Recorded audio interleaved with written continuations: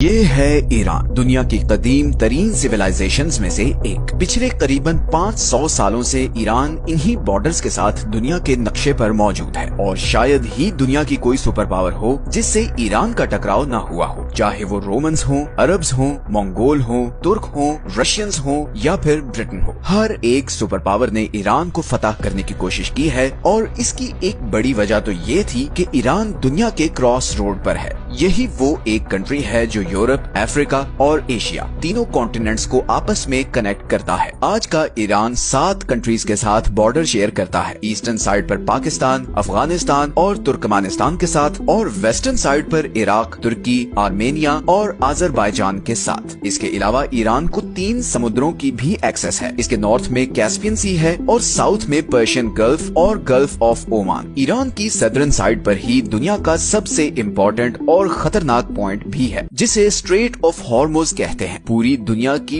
20% oil और gas की supply इसी पॉइंट से गुजर कर आती है। स्ट्रेट ऑफ हॉर्मुज के पास ये 7 आइलैंड्स भी 1970 से ईरान के कंट्रोल में हैं। हालांकि इससे पहले इन पर यूएई का कंट्रोल था। इसी तरह इधर कैस्पियन सी में भी ये आशूरा डे आइलैंड ईरान के कंट्रोल में है। पिछले 40 सालों से ईरान वेस्टर्न वर्ल्ड के लिए एक सरदर्द बना हुआ है। लेकिन आखिर ऐसी क्या वजह है कि इतनी पावरफुल आर्मीज और इकोनॉमीज होने के बावजूद अभी तक कोई भी वेस्टर्न कंट्री ईरान पर अटैक करके उस पर कब्जा नहीं कर सकी? सब कंट्रीज जानते हैं कि ईरान पर डायरेक्ट अटैक करना बहुत ज्यादा बैकफायर कर सकता है। ईरान को अनकॉन्करेबल बनाने में बहुत सी और रीजंस के साथ साथ उसकी ज्योग्राफी का भी बहुत बड़ा रोल है। हम देखेंगे कि ईरान की हिस्ट्री, उसकी ज्योग्राफी और उसकी प्रॉक्सी वॉर्स ने उसे इतना पावरफुल कैसे बना दिया है।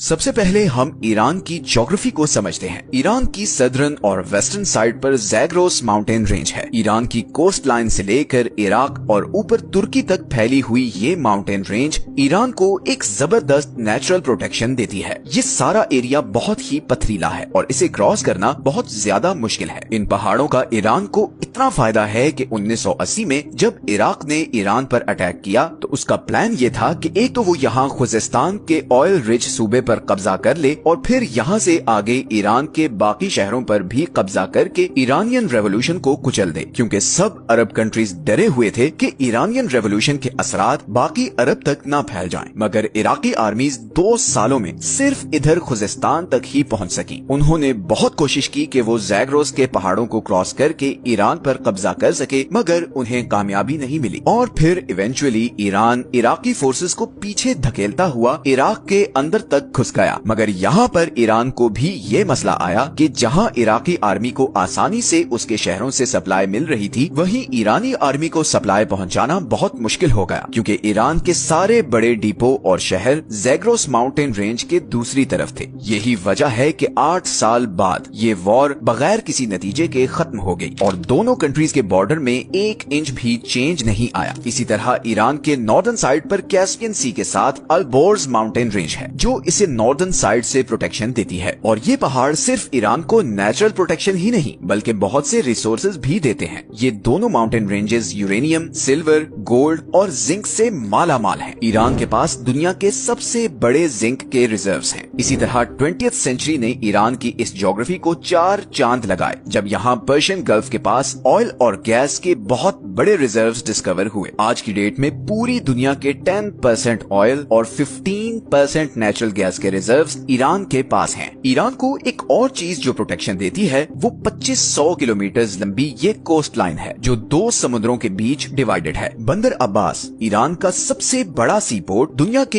एक बहुत बड़े choke point strait of Hormuz से सिर्फ 70 किलोमीटर दूर है और यही पॉइंट आज ईरान का सबसे बड़ा जियोपॉलिटिकल लेवरेज भी है। अगर ईरान अपनी नेवी के जरिए ये पॉइंट ब्लॉक कर दे तो पूरी दुनिया की इकोनॉमी कोलैप्स कर जाएगी, क्योंकि दुनिया की 15% एनर्जी सप्लाई यहाँ से गुजर कर एशिया और यूरोप को जाती है। अब अगर फर्ज करें कि कोई ये कोस्ट लाइन और ये 2 माउंटेन रेंजेस क्रॉस करके ईरान के अंदर आ भी जाए तो यहाँ पर दूसरा सबसे बड़ा बैरियर ये दश्ते लूत और कविर रेगिस्तान है। लूत डेजर्ट को the hottest place on earth कहते हैं, क्योंकि 2005 में यहाँ पर 70 डिग्री टेम्परेचर रिकॉर्ड किया गया था। इस टफ और एबनॉर्मल ज्योग्राफी की वजह से ही ईरान को कॉन्कर करना ऑलमोस्ट इम्पॉसिबल रहा है। लेकिन आज की डेट में जो दूसरी चीज ईरान को इतना पावरफुल बनाती है वो है उसकी जियोपॉलिटिकल स्ट्रेटजी। सबसे पहले अगर हम ईरान के डेमोग्राफिक्स को देखें तो इसकी पॉपुलेशन तकरीबन 9 करोड़ है, जिसमें 95% शिया मुस्लिम हैं। ईरान में 62% लोग पर्शियन हैं, 16% आज़ेरी, 10% कुर्द और बाकी 12% बलोच, लूर, अरब और तुर्किक हैं। अब 1979 की शिया रेवोल्यूशन से पहले ईरान एक लिबरल कंट्री था और इस खित्ते में अमेरिका का एक बहुत स्ट्रॉन्ग एलाय भी था। इवन उस जमाने में अमेरिका ईरान को मिलिट्री जेट्स तक सप्लाई किया करता था। लेकिन फिर इमाम खोमेनी के आने के बाद यहाँ के सारे डायनामिक्स चेंज हो गए। आपको ये जानकर हैरत होगी कि 1979 से पहले ईरान और इसराइल के आपस में बहुत अच्छे रिलेशंस थे। इनफैक्ट ईरान 1948 में इसराइल को एक्सेप्ट करने वाला दूसरा सबसे बड़ा मुस्लिम मेजॉरिटी कंट्री था। लेकिन इमाम खोमेनी ने आते ही पैलेस्टीनियंस की सपोर्ट में आवाज उठाई और ऐलान किया कि अब से इसराइल ईरान का नंबर 1 एनिमी है। तेहरान ने इसराइल के साथ सारे डिप्लोमेटिक टाइज खत्म कर दिए। इसराइल जाने वाली सारी फ्लाइट्स कैंसिल कर दी गयी और तेहरान में मौजूद इसराइली एम्बेसी को पैलेस्टीनियन एम्बेसी में कन्वर्ट कर दिया गया। इसका सबसे पहला नतीजा तो ये हुआ कि इसराइल के साथ साथ ईरान के अमेरिका के साथ भी ताल्लुकात खराब होना शुरू हो गए। लेकिन ताल्लुकात की ये खराबी सिर्फ इसराइल और अमेरिका तक ही नहीं रही, बल्कि ईरान के गिर्द मौजूद सारी अरब स्टेट्स भी शिया रेवोल्यूशन के बाद अलर्ट हो चुकी थी। वो सब इस बात से खौफजदा थे कि कहीं ईरान की आइडियोलॉजी इधर अरब स्टेट्स तक ना पहुंच जाए और इसके नतीजे में उनकी किंगडम्स को अच्छा खासा नुकसान पहुंच सकता है। बिकॉज इन सब अरब स्टेट्स में बादशाहत थी। 1980 में इन्हीं सब अरब स्टेट्स ने मिलकर सद्दाम हुसैन को ईरान पर अटैक करने के लिए बैक किया था। यहीं पर ईरान को भी समझ आ गई कि अगर उसने सरवाइव करना है तो उसे अपनी आइडियोलॉजी को बाहर दूसरे कंट्रीज तक पहुंचाना होगा, क्योंकि उसके और उसके सबसे बड़े दुश्मन इसराइल के बीच ये सारे अरब कंट्रीज हैं जो उसके सख्त खिलाफ हैं। इसीलिए उसे कुछ ऐसा करना होगा कि इसराइल से दूर होने के बावजूद वो उसको थ्रेट कर सके। और यहीं पर ईरान ने ऐसे सारे ग्रुप्स को सपोर्ट करना शुरू किया जो एंटी इसराइल या एंटी ज़ायनिस्ट्स थे, जैसे कि पैलेस्टाइन में हमास, लेबनान में हिजबुल्लाह, सीरिया में फातिमियून ब्रिगेड, इराक में अल बदर और यमन में हौसी। इस सारे नेटवर्क को द एक्सेस ऑफ रेजिस्टेंस कहा जाता है और इसी नेटवर्क के जरिए ईरान इसराइल और इवन अरब कंट्रीज पर भी प्रेशर रखता है कि वो ईरान के खिलाफ कोई भी कदम उठाने से पहले 1000 बार सोचें। इसीलिए जब इसराइल ने गजा पर बम्बार्डमेंट शुरू की तो इधर लेबनान से हिजबुल्लाह ने इसराइल पर मिसाइल फायर किए और यहाँ यमनी हौसियों ने रेड सी से गुजरने वाले इसराइली और अमेरिकन शिप्स को ड्रोन से टारगेट करना शुरू कर दिया। ईरान की इसी प्रॉक्सी वॉरफेयर स्ट्रेटजी ने उसे काफी डेंजरस बना दिया है। अब वॉरफेयर स्ट्रेटजी की बात हो ही रही है तो ईरान की ड्रोन टेक्नोलॉजी का जिक्र करना बहुत जरूरी है। जनवरी 2024 में जब हौसियों की तरफ से यहाँ से गुजरने वाले कंटेनर्स पर लगातार ड्रोन अटैक्स किए जा रहे थे, तब फ्रांस ने यमन के शाहिद ड्रोन को गिराने के लिए $1 मिलियन वाला Aster 15 surface to air missile use किया, जबकि यमनी ड्रोन की कॉस्ट सिर्फ $20,000 थी। यमनी हौसियों को ये सारे ड्रोन्स ईरान सप्लाई कर रहा है और इन ड्रोन्स की इतनी धूम मची है कि रशिया यूक्रेन के खिलाफ भी इन्हीं ईरानी ड्रोन्स को इस्तेमाल कर रहा है। अमेरिकन सेंट्रल कमांड की 2022 की रिपोर्ट के मुताबिक ईरान के पास पूरे मिडिल ईस्ट में सबसे ज्यादा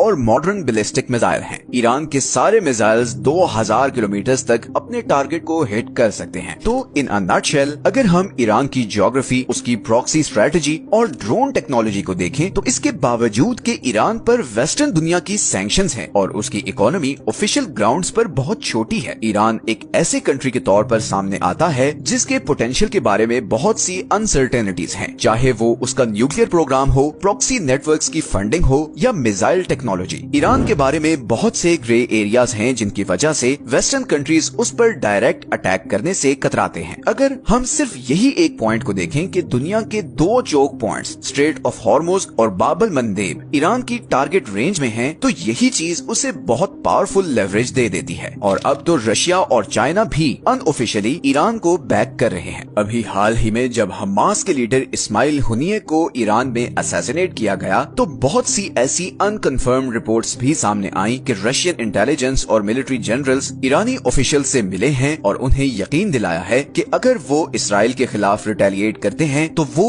ईरान का भरपूर साथ देंगे। फिलहाल तो इस्माइल हुनिये के कत्ल के बाद ईरान की इंटरनल सिक्योरिटी पर बहुत से सवालात सवालात उठ रहे हैं और बज़ाहिर ऐसा लग रहा है जैसे इंटरनली कुछ गड़बड़ भी है। ईरान इस पर कब और कैसे रिटेलिएट करेगा और क्या ईरान इसराइल और अमेरिका का जवाबी वार सहने की सलाहियत रखता है, ये तो आने वाला वक्त ही बताएगा। ये हैं वो सारे सोर्सेज जहां से हमने इस वीडियो के लिए कंसल्ट किया है। मिलते हैं नेक्स्ट वीडियो में एक और इंटरेस्टिंग टॉपिक के साथ। अपना ख्याल रखें। अल्लाह हाफिज।